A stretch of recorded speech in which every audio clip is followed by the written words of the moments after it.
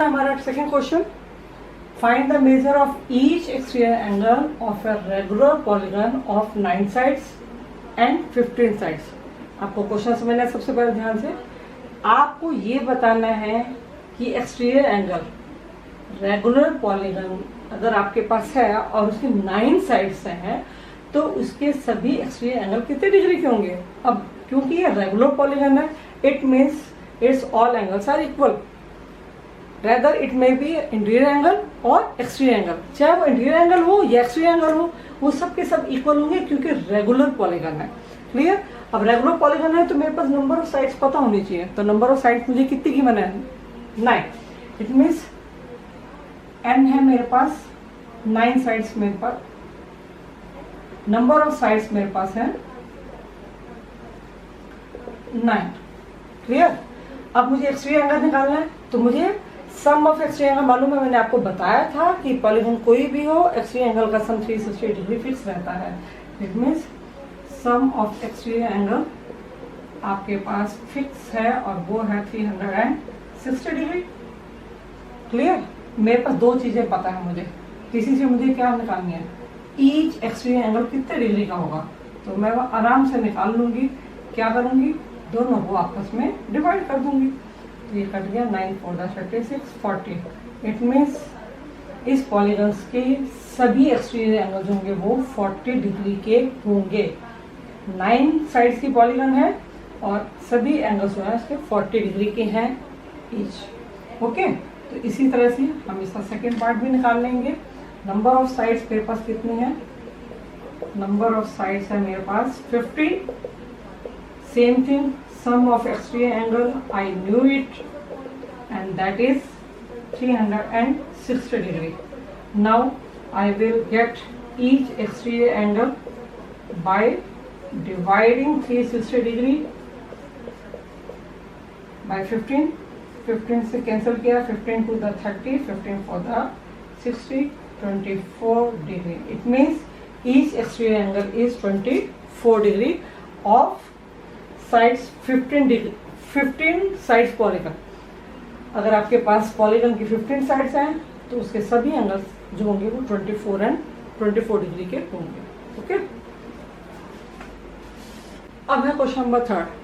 Question number 3 में क्या है, how many sides does a regular polygon have if the measure of N exterior angle is 24 degree.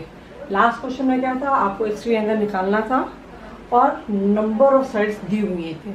अब उसका opposite है। Now we have exterior angle 24 degree and we have to find out how many sides does this regular polygon है। अब आपको उल्टा है तो same procedure तो वही का वही रहेगा, फॉर्मूला भी वही रहेगा, सिर्फ एक लाइन ऊपर वाली नीचे शिफ्ट हो जाएगी और नीचे वाली ऊपर शिफ्ट हो जाएगी। तो मैंने यहाँ पे क्वेश्चन नंबर 3 और 4 दोनों लिखे हैं। तो पहले हम क्वेश्चन नंबर 3 निकालेंगे। आंसर 3 आपके पास क्या गिवन है, each exterior angle. Each exterior angle मेरे पास गिवन है और वो है 24 डिग्री और मुझे मालूम होता है सम ऑफ एक्सटीरियर एंगल कितने डिग्री का होता है। अब तो आपको रट गया होगा सबको 360 डिग्री। तो आपको क्या निकालनी है, number of sides. Number of sides में क्या निकालेंगे, फिर दोनों को डिवाइड कर देंगे। हम उसको कैसे करें, इसको किससे करेंगे, 6 से करते हैं। 6 4 24, 6 6 36, 0 हो गया, 4 की डबल में 60 जाएगा 15 पे। इट मीन्स इस पॉलीगन की साइड्स कितनी होंगी, 15। यानी 15 साइड्स की पॉलीगन है जिसका ईच एक्सटीरियर एंगल जो है वो 24 डिग्री है। क्वेश्चन नंबर सेकंड में क्या था, ईच एक्सटीरियर एंगल हमने निकाला था और नंबर ऑफ साइड्स दी हुई थी। तो फर्स्ट लाइन थर्ड पे थी और थर्ड लाइन जो थी फर्स्ट पे थी। फॉर्मूला सेम है, आपको डिवाइड ही करना है। ठीक है। तो अब चलते हैं क्वेश्चन नंबर 4 की तरफ। Question number 4, how many sides does a regular polygon have if each of its exterior angle is 165 degree. अब सेम उसी की तरह से इसमें भी एक्सटीरियर एंगल दिया था, इसमें भी दिया होगा।